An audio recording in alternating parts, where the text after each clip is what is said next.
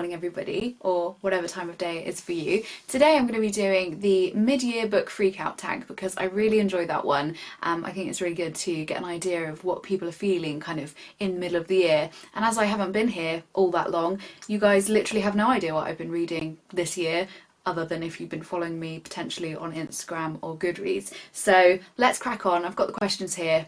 Let's begin. The first question is the best book of 2020 so far, and that is going to go to Where the Crawdads Sing by Delia Owens. So I read this one pretty close to the beginning of the year, I believe. I loved it so much. In fact, it's probably one of the only books of the year that I just keep thinking about. Set in North Carolina and follows the story of this girl that's been labelled by her town as she's a bit of an outcast, and they call her the Marsh Girl because she lives in the marshland that's kind of adjacent to this little town. At the beginning of the book, a man is found dead, and that is kind of the thread of the whole story, trying to find out who killed this man, but it kind of goes back in time to the early childhood of this Marsh Girl, as she's kind of caught up in this investigation. It's fantastic. The characters, the setting of it all is so atmospheric. Like literally you could feel yourself living with this girl, being amongst the nature. Nature is a really big aspect of this story, and how in tune she is with the marsh that she lives in. It's just beautiful. I would highly recommend to anyone if you haven't read it yet. Next up is Best Sequel, and that goes to Lyriel by Garth Nix. This is the second book in the Old Kingdom series, which I think started at the very end of last year and have finished this year, and I loved it so much. I have had this series sat on my bookshelf since I was like a young teenager, probably since I was like 12 or something, and I don't know why I never read them, and I don't know why I also just kept them, because usually if I don't read a book kind of, you know, reasonably quickly, I usually get rid of it. And then at the end of last year I decided to pick it up and absolutely bloody loved it.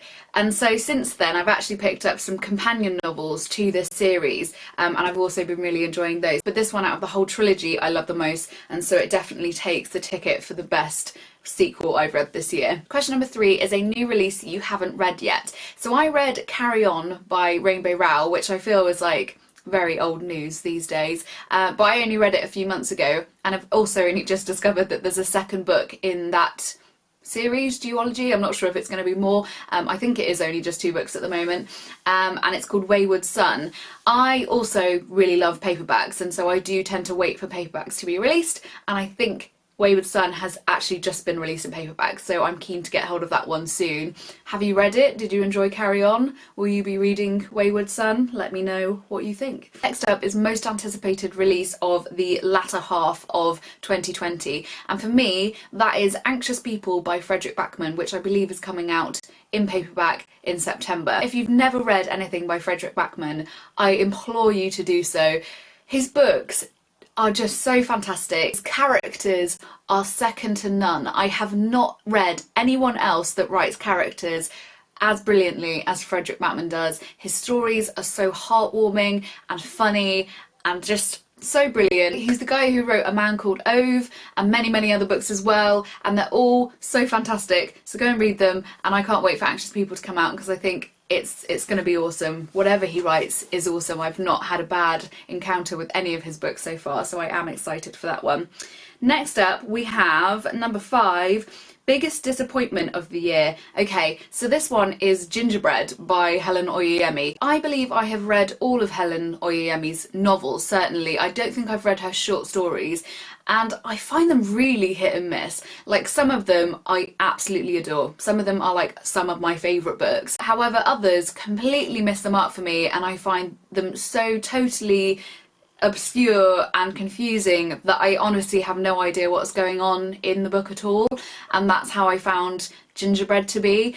I was just confused, and it's annoying because I find that bits of it I'll be like, okay, I'm getting this now, I understand what's going on, I understand what Helen is trying to kind of purvey or trying to get the reader to understand with this book, but by the end I was just like, I don't get it at all, really don't get it. I even looked up reviews afterwards to try and see if I could get like a understanding of what was going on, and most of the reviews I read were like, so bit of a disappointment, that one, because I was excited for it. Next up we have Biggest Surprise of the Year, and this isn't necessarily a good surprise. I'm not really sure how I felt about this book. It was good, but I didn't expect it to be as horror filled and gory and extreme as it was, because I'm not a total fan of things that are quite gory and horror-esque.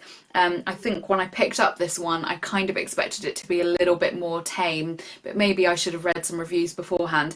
The book is the Southern Book Club's Guide to Slaying Vampires.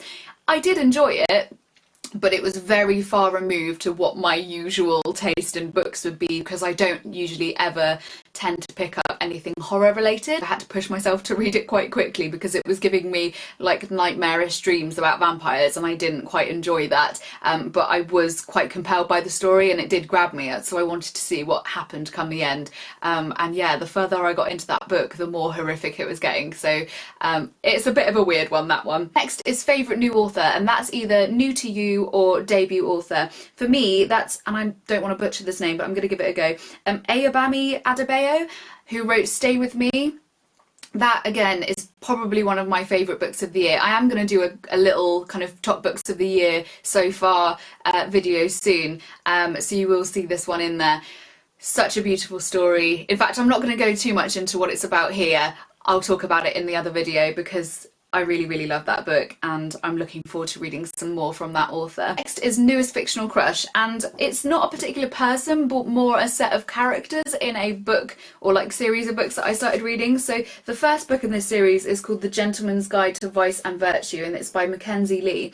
The second book is called The Lady's Guide to Petticoats and Piracy, and I think I enjoyed that one more. It follows this guy's sister. The characters in these two books are fantastic and I'm pretty sure I had little crushes on each one of them whilst reading, so there we go. Next up is Newest Favourite Character, and I'm going to jump back to Lyriel or Lyriel from the Old Kingdom series by Garth Nix. Really fantastic character. She's just a real badass and I absolutely loved her. The other great thing about the series I didn't mention before is that it's all told through the perspective of females and I love that, so there we go. Next up is a book that made you cry, and it's actually this one, which is an ARC that I received back in 2015 and I've only just read it this year, and that is Anna and the Swallow Man by Gabrielle Savy. It doesn't even have the title on because this is an ARC, so I love this book. I listened to it on audiobook actually, but I am glad that I have it in physical copies so that I can read it again if I want to. It follows the story of a young girl named Anna during World War II, and it's her moving around Poland with this man who's called the Swallow Man. It's beautiful, really beautiful, and it definitely made me cry on a number of occasions. Next we have a book that made you happy, and that is Sense and Sensibility by Jane Austen. I have spent years trying to read this book. In fact, I picked it up on a number of occasions, and it just must not have been the right time for me to read it, because this year picked it up and just whizzed through it. Absolutely loved it from front to back. Absolutely adored it. The characters, the setting, it's set in Devon, which is where I live, actually not too far from where I live, which is really funny. So yeah, absolutely loved it and it made me very happy. It gave me all the kind of nostalgic Jane Austen kind of feels that you get when you just dip into a bit of Austen. She's just a great writer, so there we go. Next up we have the most beautiful book that you have received or bought this year, and to be honest with you, I actually didn't have one. I haven't bought many books this year, and obviously because I haven't been doing YouTube, no one sends me books anymore.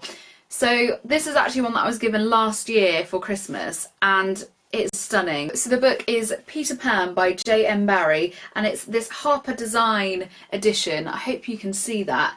It's just incredible. Let me try and show you some of the stuff that goes on inside this book.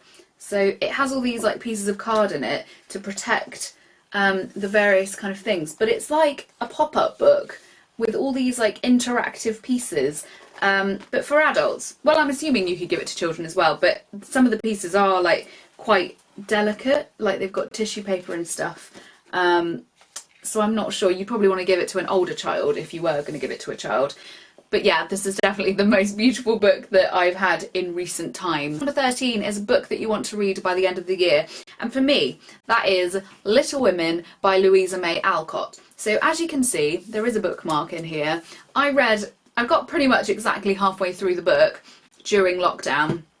and I put it down and I just haven't been tempted to pick it up again. And to be quite honest with you, I wasn't loving it. I definitely feel like I've enjoyed other kind of classic books that centre around families of women, i.e. Jane Austen. Certainly enjoyed those more than how I was enjoying Little Women at the time. So I hope to go back to this before the end of the year, because I would quite like to finish it, especially as I have such a beautiful little edition of it. But yeah, wasn't enjoying it as much as I hoped I would.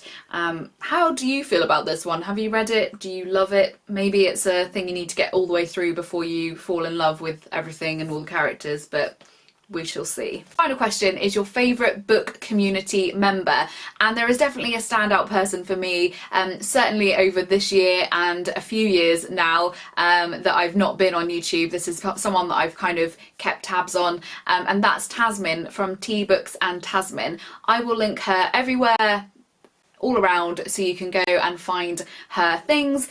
She's fantastic. She's so active on Instagram, on YouTube. She's just really, really brilliant and a really sweet person who I feel just deserves all the love. She's incredibly articulate and engaging and just really gives her all to all of the people that she speaks with, especially on Instagram. I feel like I'm constantly in chats with her on Instagram, and that's really lovely. So go and check her out. I would highly recommend her.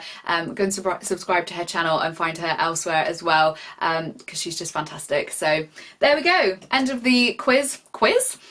Too many lockdown quizzes. I've got quizzes in my head. It's not a quiz. Although I suppose it's kind of a quiz, I guess. I mean, I give all the answers. There's no correct answer, I guess. There we go. That's the end of the tag. Come chat to me in the comments. Let me know what books you loved, have not loved, disappointing reads, all that kind of stuff. I'd love to chat to you in the comments. Feel free to come and find me on Instagram and Twitter and all those things as well. Links are all down below. Speak to you all soon.